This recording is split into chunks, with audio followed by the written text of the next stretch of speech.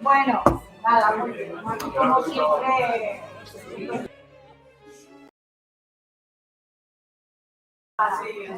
Bueno, estoy muy contenta de presentaros al nuevo ponente porque hacía un tiempo, por favor, que estoy muy contenta de presentaros al nuevo ponente porque hacía un tiempo que no nos veíamos, ¿verdad, Antonio? Y volverlo a tener es un lujazo para todos, ¿no?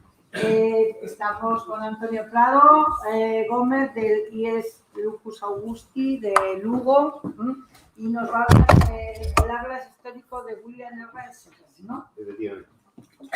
Buenos días a todos y todas. Bien, yo no tengo lo más pedestre. Buenos días, repito, y naturalmente mi felicitación por estas magníficas jornadas que estáis organizando. La felicitación es doble porque hay que felicitar también la buena salud de que goza la asociación. Una buena salud que es todavía más estimable después de una epidemia. Por lo tanto, la verdad es que creo que podemos estar muy contentos. Hoy voy a hablaros de, permitidme que os tutee, porque llevamos mucho tiempo juntos, de un atlas histórico. Y voy a hablar como profesor, como es profesor, de un instituto que fue creado en 1842. Por cierto, que me gustaría decir que a mi modo de ver, un instituto se crea por 3 razones fundamentales. Primero, porque existe un colectivo liberal fuerte que estimula en esa ciudad la creación del centro. En segundo lugar, si es posible, que haya una sociedad económica de amigos del país que organiza y profundiza en la creación de ese centro. Y en tercer lugar, por algo obvio en este país, que exista un buen padrino. Es decir, una persona que desde la administración apoye la creación del instituto. En el caso, por ejemplo, de Ciudad Real y de Logroño, el asunto estaba muy claro. Detrás estaba el general Espartero, que promociona la creación de esos centros. Una cuña viene bien siempre. Y en el caso de Lugo también teníamos nuestra cuña, que era el general Rodil. En el año 1842 era presidente del gobierno y del Consejo de Ministros en aquel momento. Y por lo tanto, sin duda, no me consta documentalmente, pero no me ofrece dudas en mi interpretación histórica, de que él colabora en la creación del instituto. Bueno, el caso es que este instituto resulta que tiene, entre otras cosas, una magnífica biblioteca. Tiene 100 y pico libros, 115 anteriores al 1800, y tiene más de 2000 anteriores a 1900. Por lo tanto, es una biblioteca muy estimable. Y en esa biblioteca aparecen algunas veces piezas sobresalientes, como esta que va a servir para el relato de hoy. El relato trata sobre un atlas histórico. Y a mí me gustaría decir que un atlas es un documento para interpretar la historia importante. Importante porque recoge 2 parámetros fundamentales para situar el hecho histórico. Uno de ellos es el tiempo, que es la columna vertebral de la historia. Y en segundo lugar, tiene la geografía, el espacio. El tiempo y el espacio, decía Heródoto, son los ojos de la historia. Y por lo tanto, en ese sentido, el atlas histórico cubre los 2 ojos de la historia y ayuda a interpretarla mejor. Por eso todos los docentes de historia, por lo menos de mis tiempos, utilizábamos a menudo atlas históricos. Y los utilizábamos para indicar a los alumnos que el soporte espacial y temporal son fundamentales para interpretar la historia. Los atlas históricos también tienen su historia. Y uno de los primeros que yo conozco, por lo menos, que merece ese nombre, es este de Sheffer. William, un americano, Sheffer. Es un mapa, es un atlas de 1911. Por lo tanto, yo pediría que ante todo tuviéramos en cuenta la época, porque eso determina algunas de sus limitaciones. Pero es un atlas que cubre la historia universal y por lo tanto es un referente para interpretar la historia de principios del siglo XX. Terminaremos antes de la Primera Guerra Mundial, por lo tanto un periodo que nos recoge los acontecimientos más recientes. El señor os lo presento aquí como la única foto que he conseguido en internet, es aquel de la derecha, es una foto de mala calidad. Es un cartógrafo, un historiador y un profesor universitario americano que enfocó su actividad y profesional sobre todo sobre el ámbito americano. Naturalmente, como era estadounidense, él tiene preferencia por los Estados Unidos. Pero al final de su producción, como ahí podéis verlo, no lo voy a leer, en algunas de sus obras, tuvo un especial interés por la América Latina y fue uno de los defensores en congresos y asambleas de que la América Latina tenía circunstancias históricas tan importantes como las que se alababan en años anteriores sobre la América del Norte. Y eso es estimable. De todas formas, esa perspectiva latinoamericana en el Atlas está bastante disimulada, como veréis, ya que sobre América del Norte hay 18 mapas, sobre América del Sur, 2 y centro. Por lo tanto, hay una clara diferencia de atenciones. El Atlas consta de 215 mapas, pero no os asustéis que aquí solo voy a sacar la 10ª parte. Por lo tanto, no hay, digamos, escasez de información. La verdad es que tengo que decir que yo los escaneé, se escanearon hace 4 o 5 años y por lo tanto la calidad es regular, la que veréis en los mapas, regular, pero la colección es magnífica. Si a alguien le interesa, yo se la puedo proporcionar sin ningún problema y espero que en el instituto, ahora mis sucesores, incluso promuevan una mejor visualización de estos mapas, porque la verdad es que lo merecen. ¿Cuáles son las deficiencias de esta colección que vamos a ver? La primera es su eurocentrismo, si es que eso se considera una deficiencia. ¿Y por qué eurocentrismo? Bueno, pues porque el señor William Sheffer era norteamericano y consideraba que Norteamérica era la heredera natural de la civilización occidental. Y por eso va a centrar su actividad en esa reseña. Va a tratar de descubrir que América, y sobre todo América del Norte, es la repercusión de la civilización europea y occidental. ¿Qué actualización tiene este mapa? Pues la que es posible en 1911. Pero veréis que con esa perspectiva, si nos acercamos a esa fecha, la actualización es decidida, porque aparece el Canal de Panamá, que no se inauguraría hasta 3 años después de esta fecha. Y en cuanto al contenido del Atlas, pues hay algo que merece la pena destacarse. En esta época la historia está fundamentada sobre todo en aspectos políticos, religiosos, institucionales.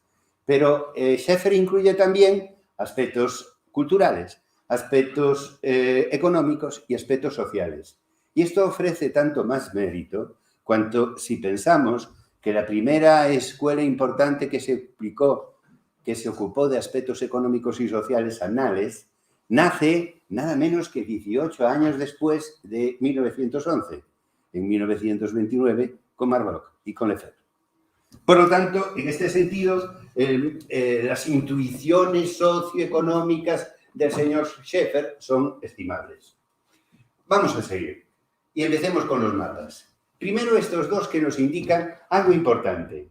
El soporte físico es fundamental para la historia. Ahí lo tenéis a la izquierda de vuestra imagen.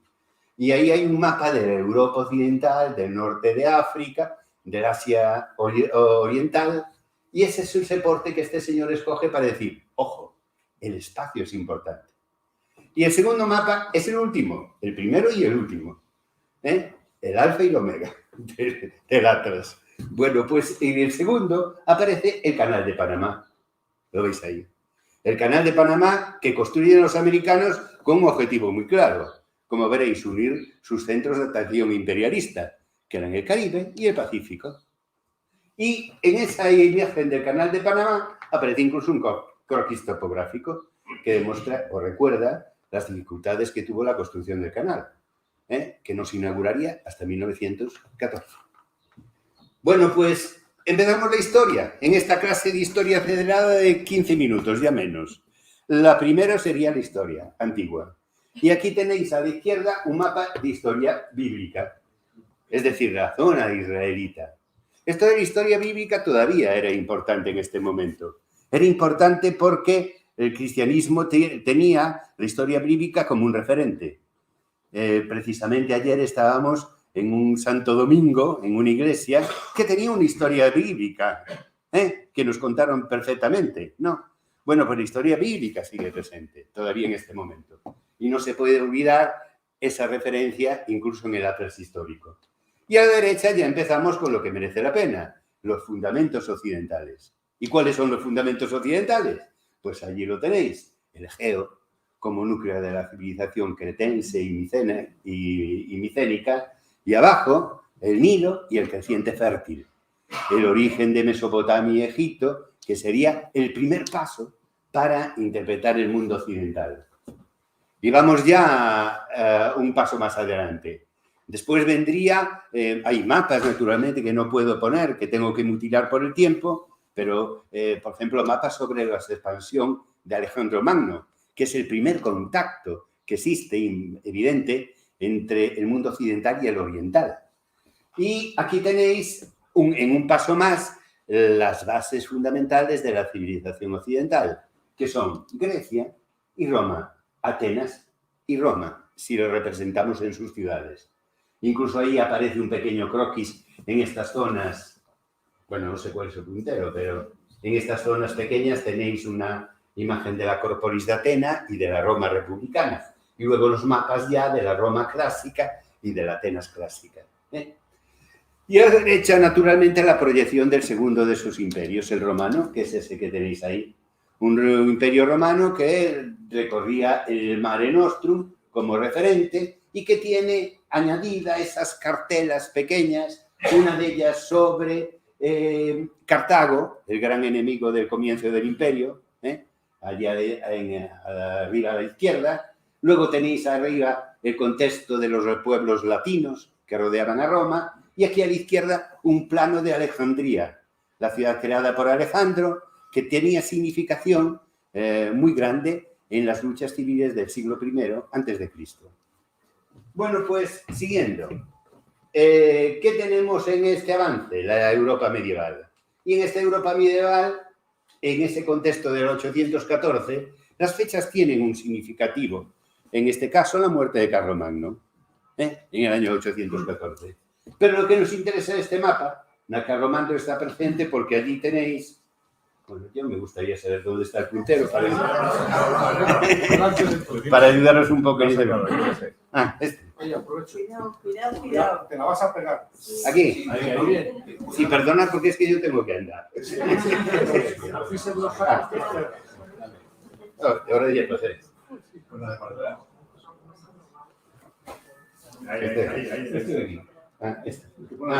Perfecto, muy bien. Pues decía que ahí es el entorno de Aquisgrán, de la zona de Alejandro Magno, y el resto del mapa es el mundo de ese momento del siglo IX, dividido en tres grandes comunidades. Una de ellas, la cristiana de Occidente, otra de ellas, el imperio bizantino ortodoxo de Oriente, y aquí el mundo musulmán. Tres colectividades que marcan ese momento histórico. Y a la derecha, otra fecha significativa, el inicio de la Primera Cruzada, que porque es importante. Es importante porque significa el avance de Europa hacia Oriente. El momento de progresión que caracteriza el mundo central medieval. Y naturalmente hagamos una alusión a España. Ahí recorre estos cuatro mapas el avance de la Reconquista. Y a la derecha, una de esas proyecciones que se permite el autor para un mundo extraeuropeo, el Imperio Mongol. Ese enorme Imperio Mongol que cubrió, pues... Tienes, pero...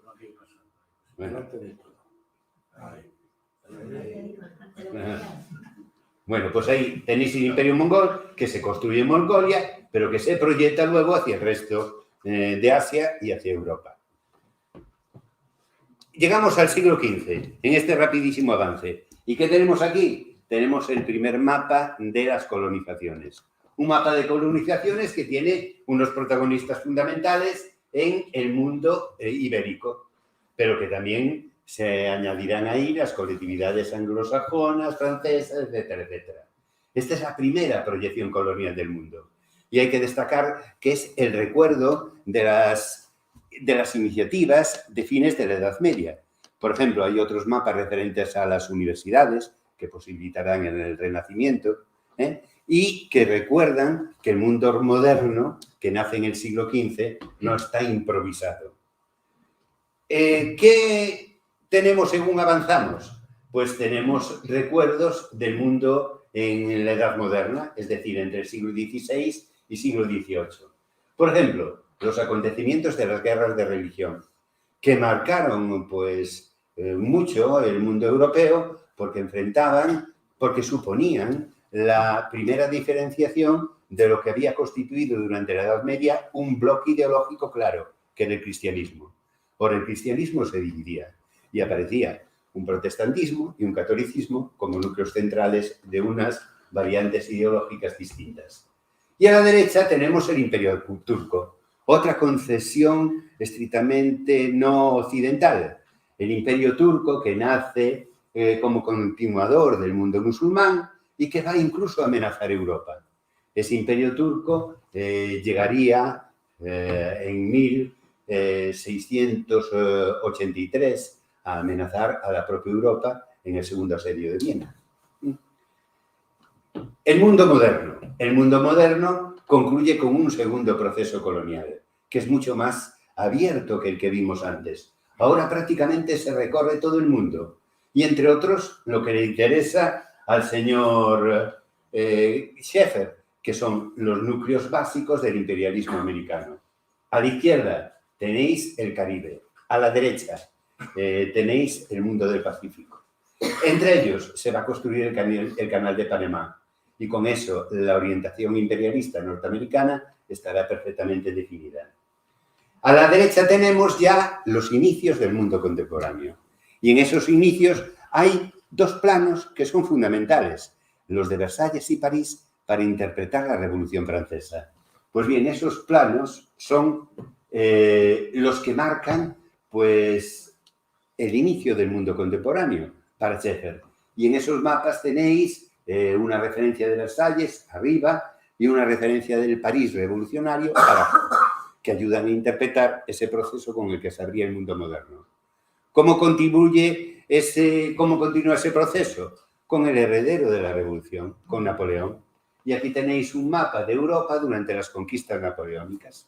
Este es Napoleón con sus campañas. Podríamos decir que es un mapa militar. Incluso ahí a la derecha, de una forma vertical, está reflejada la campaña de Rusia. Ese mapa es útil si queréis leer Guerra y Paz, de Tolstoy, porque recoge muy bien los aspectos que trae la novela. Y a la izquierda una referencia que pone la autora al mundo colonial, el colonialismo inglés en la perla de la corona, que era la India. Bueno, pues a la derecha, ¿qué tenemos? Este era un intento unitario, el de Napoleón. Napoleón quería hacer de Europa un todo, pero muerto Napoleón, o por lo menos derrotado en Waterloo, pues va a venir un mundo nuevo. Un mundo nuevo en que frente al aspecto unitario destaca el nacionalista. Y el nacionalismo en Europa, a mediados del siglo XIX, tiene dos núcleos básicos. Uno, Alemania, donde el canciller Bismarck promueve con Guillermo I la creación de un Estado que va a convertirse en uno de los más importantes de Europa. Y otro, Italia. Italia que con Cavour, con Garibaldi, con Víctor Manuel II, se va a constituir en una nación también muy significativa. Bueno, pues ahí, con el nacionalismo y con su vertiente cultural, el romanticismo, aparece una nueva Europa. Una nueva Europa que va a definir precisamente el mundo contemporáneo de Schaeffer, como veréis, el mundo inmediatamente anterior a la Primera Guerra Mundial. Pero antes una indicación económica. Esta que tenéis aquí es un reflejo en atlas histórico del mundo de la Revolución Británica económica. Es decir, el mundo de la industrialización, de la primera revolución industrial. Ahí hay dos mapas sobre la industrialización inglesa que tienen dos fechas significativas. Uno, el de la izquierda, 1750, que es el momento en que se da por iniciada ese proceso de industrialización de Inglaterra, que la va a convertir en la gran potencia del mundo. Y el segundo, con una fecha también muy significativa, 1832, que es la fecha de la Reform Act, es decir, la fecha donde en Gran Bretaña aparece la primera experiencia democrática seria, que va a abrir un mundo político nuevo para todo el mundo. Allí quedaba otra referencia colonial importante, que era la colonización de África. Ya sabéis que África a fines del 19, en 1885, es un pastel que se reparte en 8 potencias europeas. Y es un pastel que permite que de África solo queden 2 núcleos independientes, Etiopía y Liberia. El estado fundado por esclavos norteamericanos escapados. Bueno, pues salvo eso, toda África es ocupada por Europa. Y ahí tenéis el mapa colonial de África con 2 cartelas añadidas que recuerdan 2 áreas conflictivas. Arriba, a la derecha, el canal de Suez, abierto en 1869 y que fue un lugar de conflicto evidente para su utilización. Y abajo, la zona de la guerra anglo-boer, que es Sudáfrica. Bueno, pues ese sería el mapa colonial que explicaría, digamos, el mayor reflejo colonial que ha existido en el mundo, que probablemente es África. Y por último, este mapa. Aquí lo tenéis. Europa y en el momento presente. El momento presente de Schaeffer, que es 1911, recordémoslo. Entonces, ¿qué hay ahí? Pues la Europa, donde aparecen reflejadas ya los 2 colectivos que van a luchar en esa enorme guerra de la Primera Guerra Mundial. El primer colectivo es la Triple Alianza, es decir, la alianza de los imperios centrales, Alemania, Austria-Hungría y Turquía. Y enfrentado a él, el otro grupo, la Triple Alianza, que sería, la Triple Entente, que sería Rusia, que sería Francia, que sería Inglaterra. Ese enfrentamiento va a abrir ya el mundo más estrictamente contemporáneo. Para la historiografía británica, realmente aquí en la Primera Guerra Mundial empieza el mundo contemporáneo. Para la clásica, que en la nuestra es la francesa, empieza en la Revolución Francesa. ¿Y para nosotros cuándo? Pues empieza con Isabel II en 1833, que es cuando aparece España y las provincias, ¿no? Bueno, pues las últimas referencias del mapa, naturalmente son... Sí, ya acabo, ya es la penúltima. Las últimas referencias son precisamente estas, las de su propia localidad. La evolución de los Estados Unidos, el país al que pertenece, ahí lo veis en su crecimiento, y una estadística, incluye otras, sobre el crecimiento demográfico y norteamericano. A la derecha otra que me pareció interesante, porque recuerda un acontecimiento que para el autor debía ser muy traumatizante. Schaeffer nace en 1871, recién rematada la Guerra Civil, la Guerra de Secesión, para entendernos. Una guerra que, por cierto, no corresponde absolutamente a su nombre, porque no sirvió como secesión, sino como todo lo contrario, como unificación, para crear un espíritu nacional de los más fuertes del mundo, ¿no? Pero en cualquier caso, en esa guerra se enfrentaban 2 partes del país bien diferentes, una agrícola y otra industrial, y en esa estadística trataba de compararlas, ¿no? En esto. Por eso no hay que olvidar que el mapa no solamente ofrece coberturas geográficas, sino también coberturas... Y este es el último. Aquí tenéis los 2 mapas en los que recuerda el mundo latinoamericano, que después será su tema historiográfico preferente. Europa Central, a la izquierda, la zona mexicana como cartera accesoria, y después el mundo sudamericano, con las repúblicas latinoamericanas que nacen en el siglo XIX, y a la izquierda, en una cartela más pequeña, el mundo colonial sudamericano repartido entre Portugal y España. Bueno, pues esto era todo. En esta rapidísima visión de la que os ha quedado seguramente una imagen muy difusa, pero que en cualquier caso ha sido bien intencionada. Gracias.